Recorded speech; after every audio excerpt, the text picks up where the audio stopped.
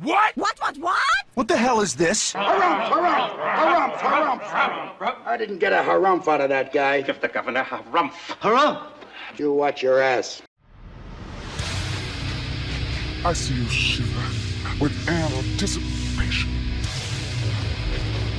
Let the show begin.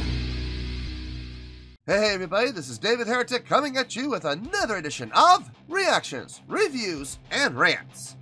And tonight... Okay, we're coming back to Seikima II. Yes, indeed. Seikima II fans, feeling you. Come on now. Here we go. This is a request from Brett Parks. And this is actually Brett Parks' prioritized request for the month of April for being a silver tier member on the Patreon page. So, here you go, Brett. Hope you enjoy the show. Brett wanted to see me react to this song by Seikima II called Fire After Fire. Now, have I heard the song before? No, I have not heard the song before, to the best of my knowledge. This does not resonate with me in any way, shape, or form. However, there's always a possibility I may have heard the song in passing, and I just don't realize it. So as always, if I start listening to the song and I suddenly go, wait a second, I recognize this, I'll let you know. That's the truth. You know me, I'm going to be honest with you guys. This was posted by Moto Shinja, and the video has 4.8 million views. It'll get you there.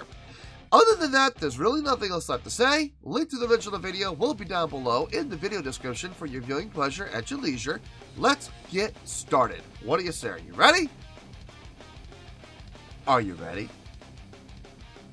Because here we go.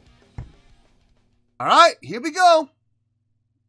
I assume that says Seikima. I'm assuming. 2, Fire After Fire. There we go. Alright, let's do this. Alright, boy, let's do this!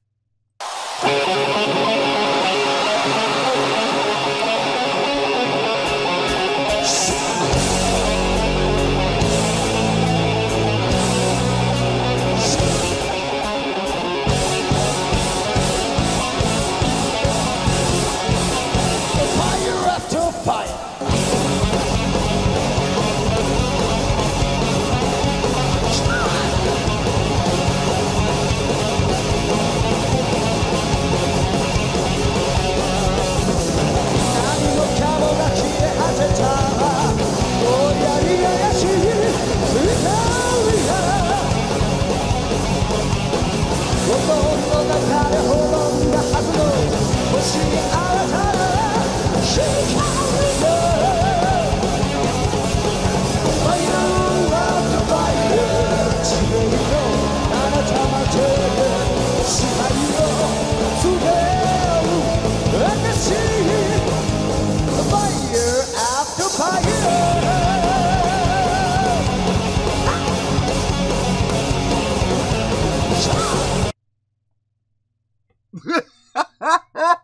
Okay, I did a reaction to the bass player doing a bass solo, and I thought it was really good. I thought it was a really good solo.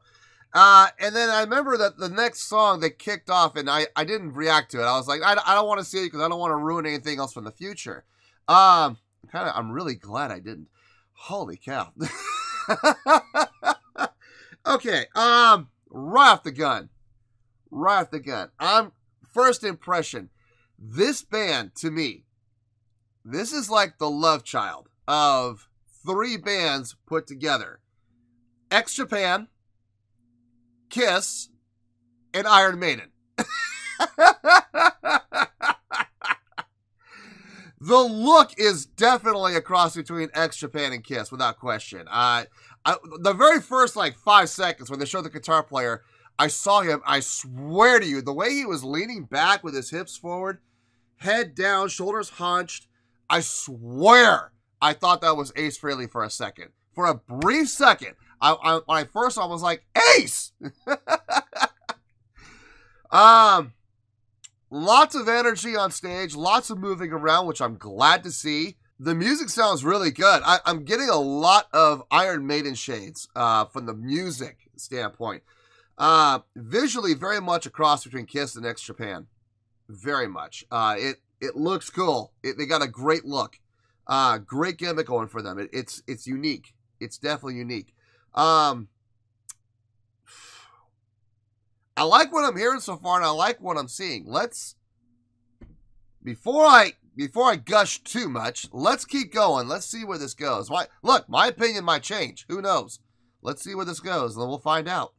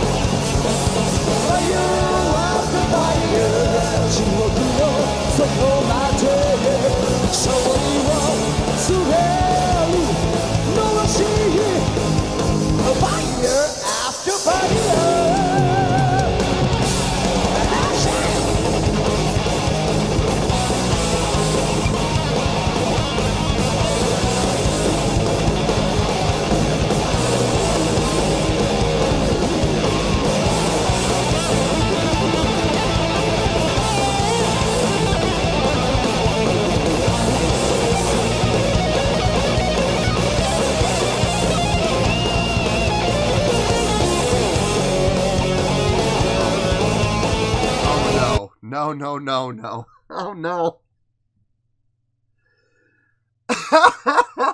I made the comparison to Kiss, right? Now I believe that's their lead singer, who, if anybody out of the entire band looks like Gene Simmons, it's him.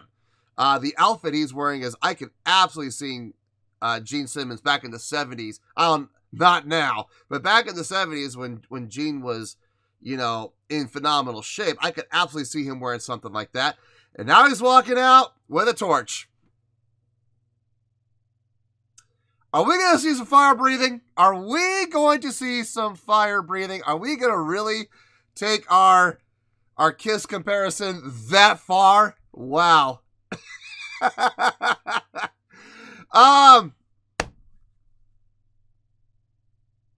The guitar solo was really good. I wouldn't say it was mind-blowing. It wasn't anything, that was absolutely spectacular, but it was a really well-done solo, very tastefully done. I like the fact that the guitar soloist came up to the front and center. One of my biggest gripes about guitar solos is the guitar player, for whatever reason, it doesn't really matter what the reason is. If you're going to be soloing, where should you be? You should be front and center. But for some reason, I've seen so many guitar solos where the guitar solo is all the way over on stage right or all the way over on stage left. And I never understood that. I never got that. Like, if you're going to do a guitar solo, you should be front and center. Now, if the lead singer doesn't feel like moving, if he wants to be there, then I'm sorry. Take your foot and put it right square, dead in his ass, and get him to move. Because if you're soloing, you should be the center of attention. And if any good lead singer, as any good lead singer should know, if you're not doing anything, get out of the way. Make room for the person who is. Don't sit there and hog the center of the stage, especially if you're not doing anything. Like, if the lead guitar player is doing a guitar solo and you're literally not doing anything, you should not be front and center. Move out of the way, let the lead guitar player have that spot, and then when he's done, he'll move, and you take your spot back. It's simple, folks. It's called sharing. We learned about this in preschool, for crying out loud. Sharing.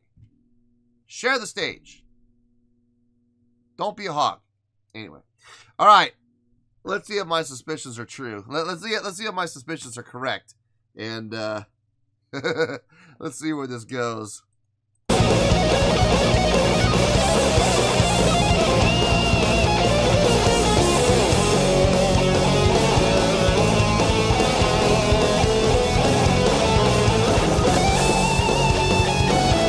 Oh my God. He even stands like Gene.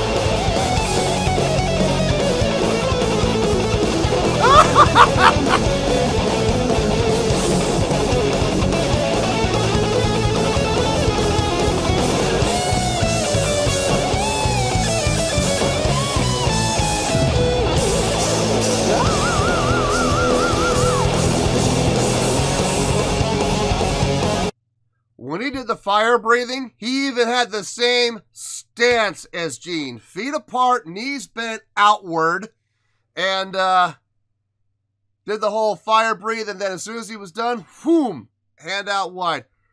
Good Lord. Could you be any more obvious? Oh my God. I just realized I'm wearing a Kiss shirt. I just realized that. That's appropriate. Coincidence. That's been happening a lot lately. We're all wearing shirts that are coincidental. I swear I don't plan it. I literally, before I film, I'm getting dressed, you know, I get out of bed, I shower, change, and everything like that. And then right before I get on camera, I get dressed, right? I just grab a shirt. I just grab a shirt out of the closet and I just put it on. I don't even know what I'm wearing half the time. So it is all coincidence, I swear. Don't get me wrong. I'm enjoying the music. The music's fun. Okay, the music's good. I'm enjoying the song. I gotta tell you, I'm enjoying what I'm seeing far more. I'm seeing a lot of attention to detail. I'm seeing a lot of production. I'm seeing a lot of emphasis and a lot of work that has been put into the stage show. This is a band I would love to go see live. Do they ever come to the States? Do they ever come to the U.S.? And if they do they ever come to the Los Angeles area? Because if they do, man, I am getting a ticket. I am absolutely getting a ticket. I would love to see these guys live. They're fun. They are absolutely fun to watch. Let's keep going here.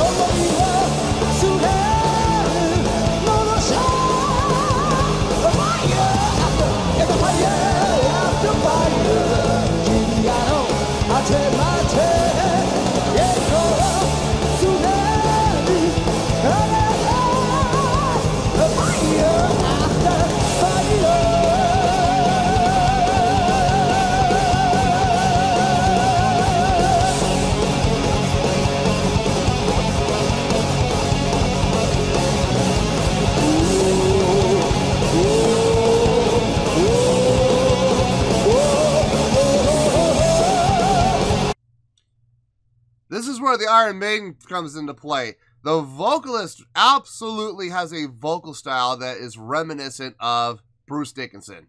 I mean, you can close your eyes. You don't see this, right? You don't see what's going on. You just close your eyes, you just hear or you just play an audio track from this song to the average Iron Maiden fan, and I guarantee you they're gonna make that comparison. I promise you. Very grandioso gestures from his hands, and from his arms. Everything he does is big, very much like Bruce Dickinson does, but vocally very reminiscent too. That open throat, rich, full, lower tone, and as it goes up, it gets a little more constricted and a little more pitched.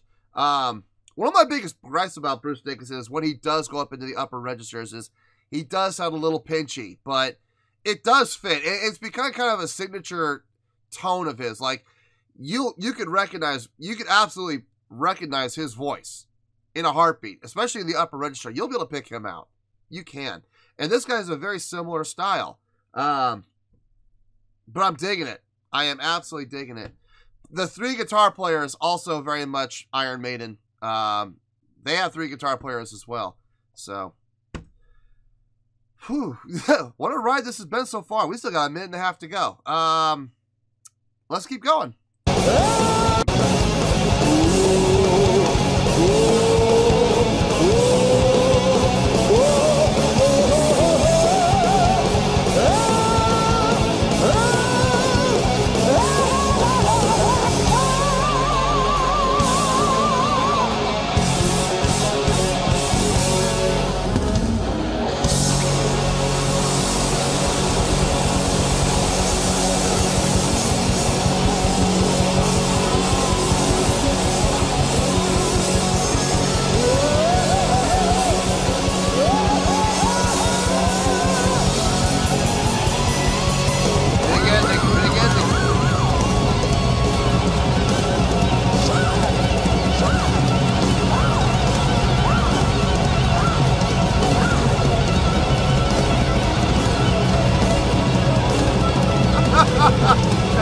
off. Why not?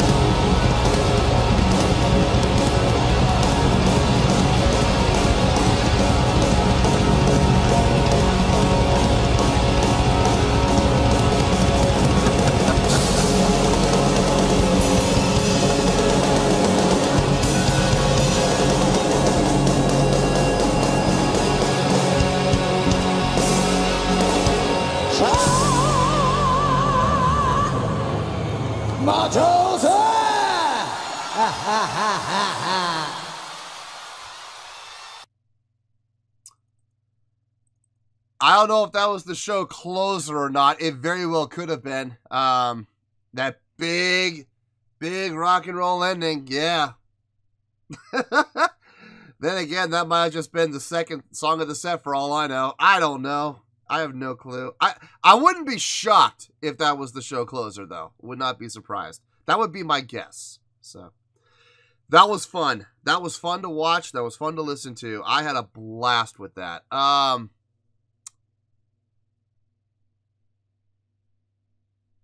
Not really a whole lot to talk about, actually. This might be a short review. Let me get my thoughts together, and I'll see you in the review. We'll talk about it. Well, there you go, folks. That was Seikima II with Fire After Fire. This was a request from Brett Parks, and this was actually Brett Parks' prioritized request for the month of April for being a silver tier member on the Patreon page. So, there you go, Brett. Hope you enjoyed the show, man. I certainly did. Okay, I got a score here, and this score is going to require a little bit of explanation because when I give this score, I have the feeling some eyebrows are going to be raised like, how in the world did you come up with that? And I promise you, I have my reasons, and I will give you my reasons, and once I do, it's going to make a whole lot more sense, I promise. All right? On a scale of 1 to 10, I am going to give that an 8.7. Yep, 8.7. I feel good about that score. Let me tell you why. Why? Okay, I'm gonna just start this off by I'm gonna make this statement, and this is where I'm gonna really kind of raise some eyebrows. The song was good. The song was really good. Okay, I enjoyed the hell out of the song. The song was fun. Okay, it was a blast to listen to and a lot of energy. I will absolutely listen to this again. Having said that, would I say the song itself, the song on its own merit, would I call the song great? Would I give the song an 8.7 on its own? If I'm being honest here, no, I would not.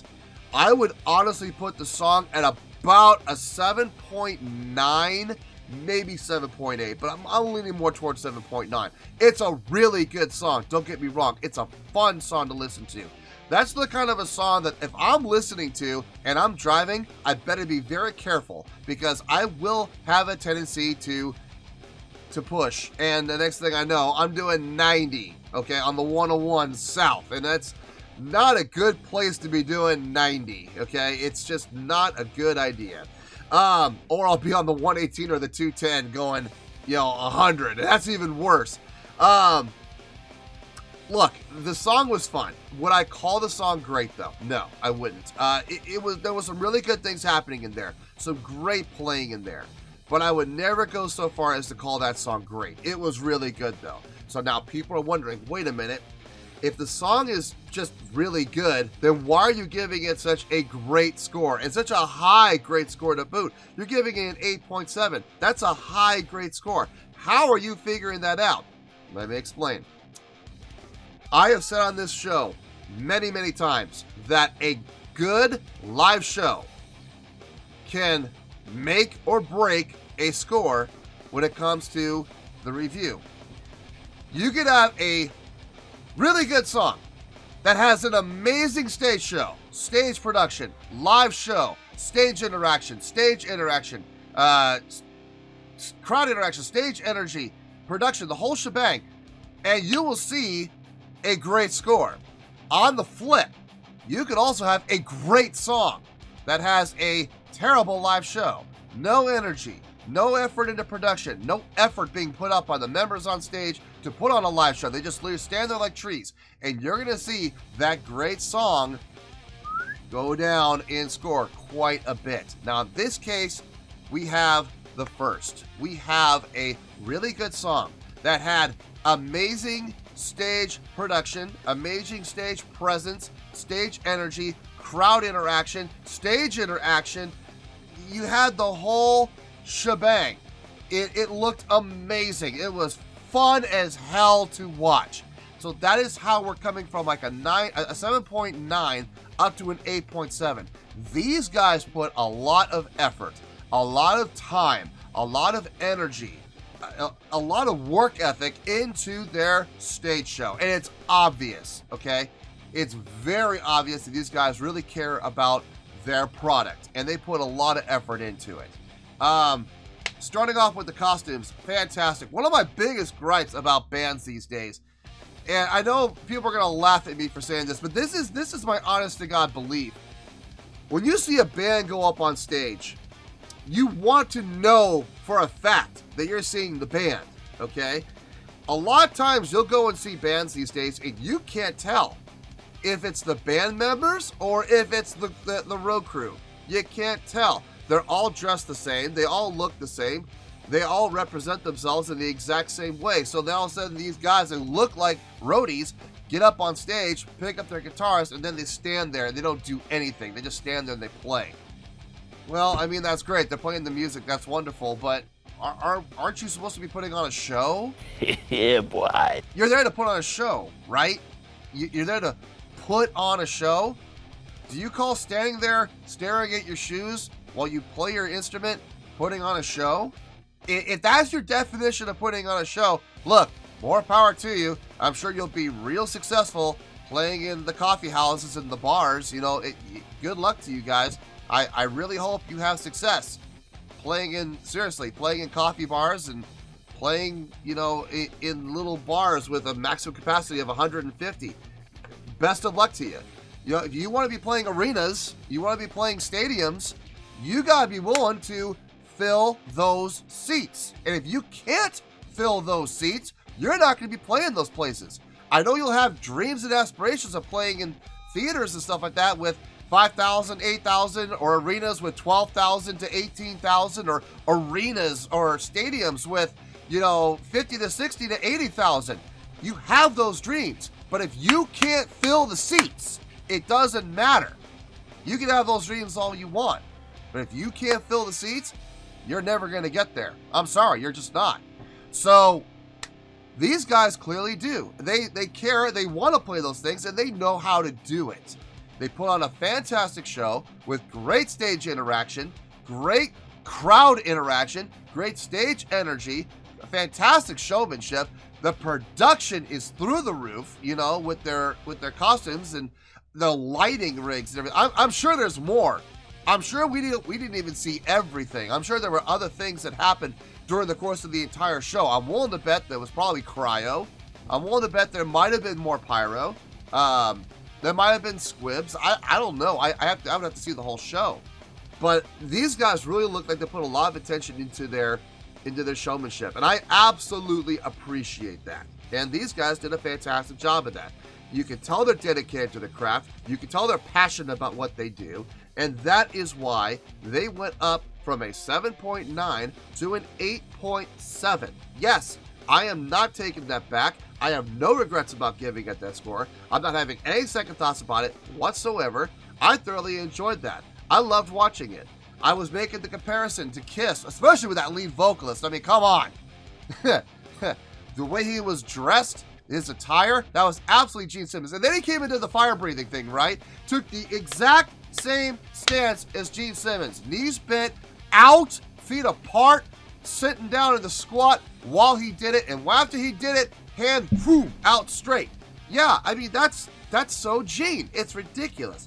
I wanted to, with the face paint and everything, I'm like about, I would say I'm about 80% sure these guys were influenced by Kiss. I'm about 80% positive of that.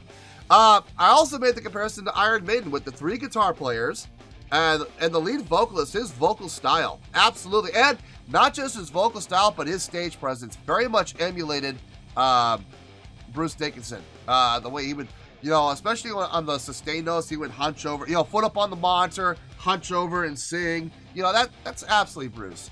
Absolutely Bruce. And then X Japan with the style that they had with the rest of their costumes and their hair. Absolutely old X Japan. Absolutely.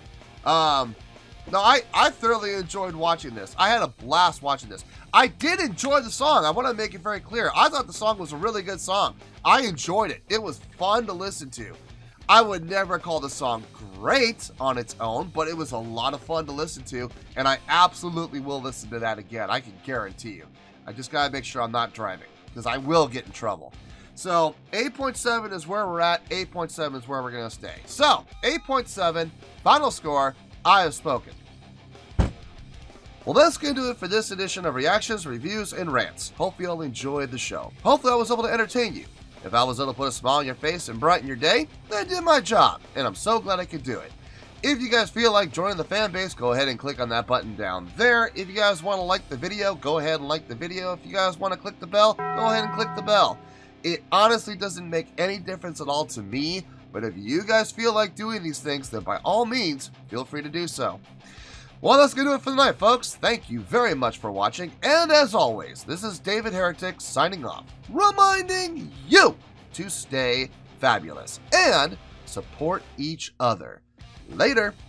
Peace.